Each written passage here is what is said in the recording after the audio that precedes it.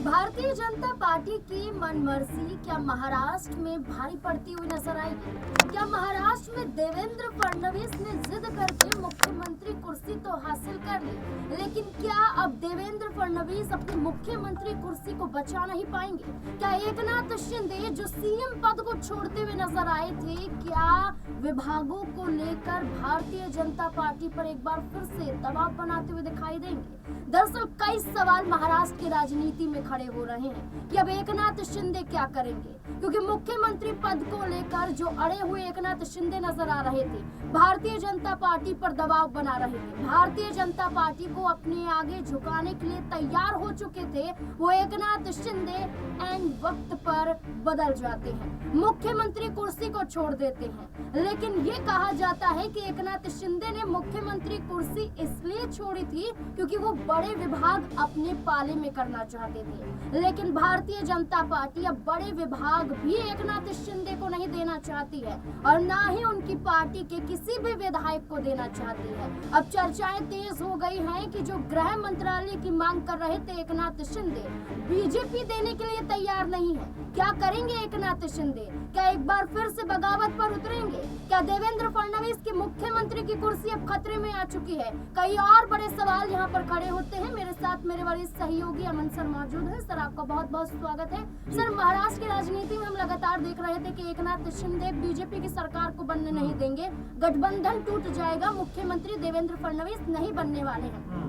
लेकिन एकनाथ शिंदे पलट जाते हैं, मुख्यमंत्री देवेंद्र फडणवीस बन जाते हैं। लेकिन अब गृह मंत्रालय को लेकर अपनी मांग कर रहे हैं, लेकिन बीजेपी का कहना है कि आप गृह मंत्रालय को छोड़कर कोई और सा विभाग ले सकते हैं। राजस्व, शहरी विकास और लोक निर्माण विभाग की बात की जा रही कि हम आपको सौंप देंगे, लेकिन एकनाथ शिंदे और खुद एकनाथ शिंदे की पार्टी के नेता दबाव बना रहे हैं कि हम गृह मंत्रालय ही लेकर रहेंगे। क्या लगता है ये भी एक बड़ा जरिया बन सकता है? देखिए, बिल्कुल महाराष्ट्र की राजनीति में अगर बीजेपी के लिहाज से देखा जाए तो जाहिर बात है कि बीजेपी के ऊपर दबाव तो है। नाज़रीन, आप देखिए, सबसे बड़ा दल बनकर उभरे हैं, लेकिन उसके बाद से लगातार जिस तरह शिंदे और अजीत पवार ने आंखें दिखाई हैं, लगातार सवाल पूछे हैं और यहाँ तक कि मुख्यमंत्री पद को लेकर लगातार जो तनातनी का माहौल रहा है, उसमें भले ही सरकार बन गई हो, चलिए देवेंद्र फडणवीस के सर पे सेहरा सज गया हो सीएम बनने का, लेकिन अभी भी उनकी कुर्सी पूरी तरह से सुरक्षित नहीं कही जा सकती, क्योंकि आपने जिस तरह बताया कि अभी भी जो मंत्रालय है, महकमे हैं, उनको लेकर आपस में माथापच्ची का दौर जारी है,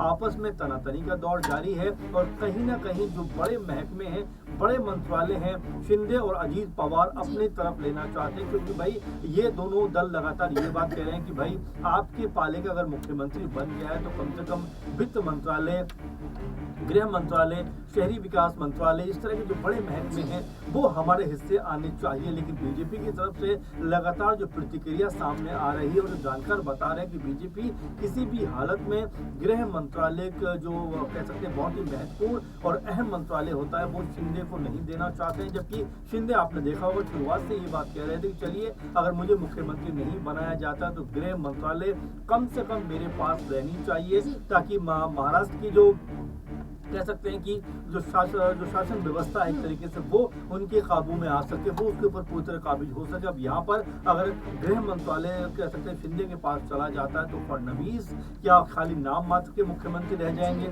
इसके अलावा वित्त मंत्रालय, चूंकि अजीत पवार लगातार शुरुआत से ये बात कह रहे हैं तो उनकी भी नजरें बनी हुई हैं और मुंबई को चूंकि देश का आर्थिक कह सकते हैं राजधानी भी के तौर पर देखा जाता है, तो इसलिए जो कह सकते हैं वित्त मंत्रालय बहुत महत्वपूर्ण अहम हो जाता है। तो अभी भी तनातनी का माहौल जो शुरुआत से देखा जा रहा था वो अभी भी खत्म नहीं हुआ है, अभी भी आपस में तकरार जारी है और अब देखिए लगभग 18 से 20 दिन होने को आ गए हैं रिजल्ट को सामने आए हुए, लेकिन अभी भी आप देखिए कहीं भी ऐसा आपको लगेगा नहीं कि जो तीनों गुट हैं वो एक साथ चलने को राजी हैं। भले ही दूसरे दलों के ऊपर तमाम सारे आरोप लगा रहे हैं, तमाम सारी बातें कह रहे हैं, क्योंकि आप देख रहे हैं कि महा विकास आघाड़ी ने ये बात कही है कि भाई ईवीएम के जरिए आपने जो है धांधलेबाजी की है, आपने जो वोट आने चाहिए थे वो हमारे पास नहीं आए। कई आंकड़े भी पेश किए जा रहे हैं कि 80 लाख वोट आने के बावजूद कांग्रेस पार्टी को महज 17-18 सीटें मिलती हैं, वहीं 52-53 लाख वोट आने पे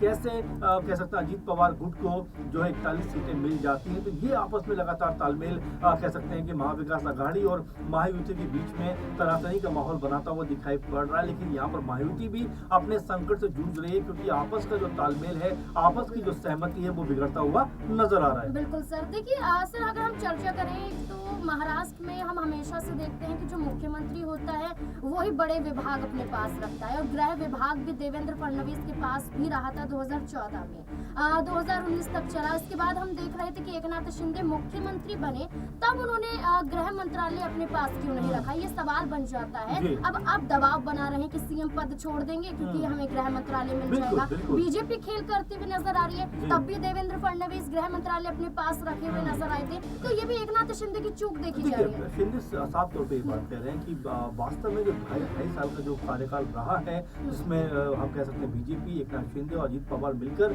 सरकार बनाकर चले हैं, तो शिंदे ने अभी भी कल का स्टेटमेंट उनका यही है कि उन 2.5 सालों का फायदा यहाँ पर महायुति को होता हुआ नजर आया कि बम्पर जीत जो मिली है वो कहीं ना कहीं हमारी बेहतर योजनाओं के जरिए मिली है। हमने जो बेहतर शासन किया महाराष्ट्र के अंदर, और जिस तरह शिंदे अपनी महिमा मंडन करते हुए नजर आते हैं, उससे आप साफ ये मानकर चलिए कि देवेंद्र फडणवीस भले मुख्यमंत्री बन गए हों, लेकिन अभी भी शिंदे उनके मुख्यमंत्री बनने से कतई खुश नहीं है। लगातार कहीं ना कहीं आप देख रहे हैं कि उनकी जो नाराजगी है उनके शब्दों के जरिए सामने आ रही है, और अगर इस तरह की नाराजगी लगातार सामने आते रही नाज़मीन, तो ये आप मानकर चलिए कि यहाँ पर जो गठबंधन में अभी सब कुछ ठीक ठाक दिखाई पड़ रहा है, ये गठबंधन बिखरने में देर नहीं लगेगी, क्योंकि यहाँ पर जिस तरह हम गृह मंत्रालय को देखें, हम मुख्यमंत्री पद को देखें, राजस्व मंत्रालय को देखें, हम जो है शहरी विकास मंत्रालय को देखें, तमाम सारे मंत्रालय हैं जिसको लेकर खींचतान जारी, और शिंदे को लेकर भी ये बात कही जा रही है कि भाई आखिर आप अगर सरकार में हो तो जाहिर बात है कि आपको कोई मनमानी करने का कोई हक नहीं है। बीजेपी इस समय 132 सीटों के साथ में सबसे बड़ी पार्टी बनकर उभरी है, तो ऐसे में आपको उनकी बात माननी पड़ेगी। अब ये जो लगातार महाराष्ट्र की राजनीति में हम देख रहे हैं कि जो महायुति गठबंधन है, भले ही सरकार में वो आ गए हैं, लेकिन अभी भी आपस का जो तालमेल है वो ऐसा लगता नहीं है कि कुछ बेहतर होता हुआ दिखाई पड़ रहा है। क्योंकि अब देखिए नाज़मीन, 2-2.5 साल का वक्त ऐसा होता है कि आप मिलजुल कर सरकार चलाते हैं, आपको विजन क्रिएट करना होता है कि 2 साल के बाद चुनाव आने वाले हैं, इसलिए हम सारी चीजों को भूल कर कहने के आगे बढ़ते हैं। लेकिन अब आप 5 साल सरकार में रहने वाले हो, और इन सब तमाम चीजों को देखते हुए अब ये बात हजम नहीं हो पा रही इन दलों की कि मुख्यमंत्री के तौर पर 5 साल तक देवेंद्र फडणवीस उनके ऊपर बैठे रहेंगे। इसीलिए जो ताकतवर मंत्रालय नाज़मीन, वो चाहे अजीत पवार गुट है या वो शिंदे गुट है, वो लगातार मांग कर रहे हैं ताकि उनकी ताकत कहने के महायुति में बनी रहे। तनातनी एकनाथ शिंदे और बीजेपी के बीच में देखने को मिल रही है। अजीत पवार की भी मांग है कि वित्त मंत्रालय होने चाहिए।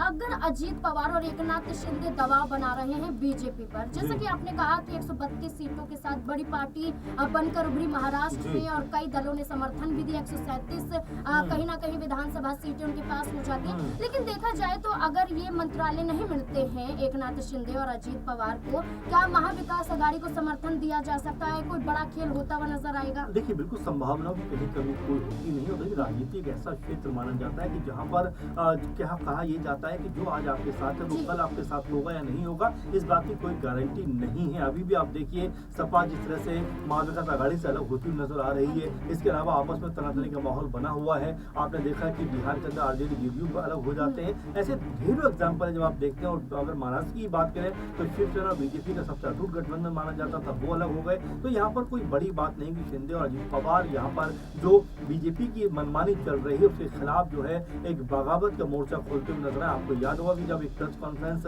हो रही थी, उस प्रेस कॉन्फ्रेंस में शिंदे मौजूद थे, देवेंद्र फडणवीस भी मौजूद थे, और यहाँ पर अजीत पवार भी मौजूद थे। तो अजीत पवार कह सकते हैं हंसी मजाक में एक बात कहते हैं कि भाई शिंदे जी शपथ लेंगे नहीं लेंगे मैं नहीं जानता, लेकिन मैं तो जरूर शपथ लूंगा। इसके जवाब में शिंदे कहते हैं कि अजीत दादा को सुबह में भी शपथ लेने की आदत है और शाम को भी शपथ लेने की। एक तरीके से तंज कस रहे थे कि अजीत पवार कब किस तरफ चले जाए कहा नहीं जा सकता। तो ऐसे में शिंदे भी अगर बीजेपी के हाथ से छिटक जाते हैं तो बड़ी पार्टी होने के बावजूद भी बीजेपी को अपनी सत्ता खोना पड़ सकता है। बिल्कुल, अब मुख्यमंत्री और उप मुख्यमंत्री पद को लेकर सब कुछ महायुति में ठीक हो चुका था, लेकिन अब विभागों के बंटवारों को लेकर बड़ा पेच महाराष्ट्र में फंसता हुआ नजर आ सकता है। देखना होगा कि क्या यही विभागों के बंटवारे को लेकर एकनाथ शिंदे बागी होते हुए नजर आएंगे। क्या भारतीय जनता पार्टी जो कहीं ना कहीं मजबूत नजर आ रही थी, क्या मजबूती धराशायी होती हुई नजर आएगी? क्या करेंगे एकनाथ शिंदे, बड़ा सवाल बन जाता है। आपको क्या लगता है?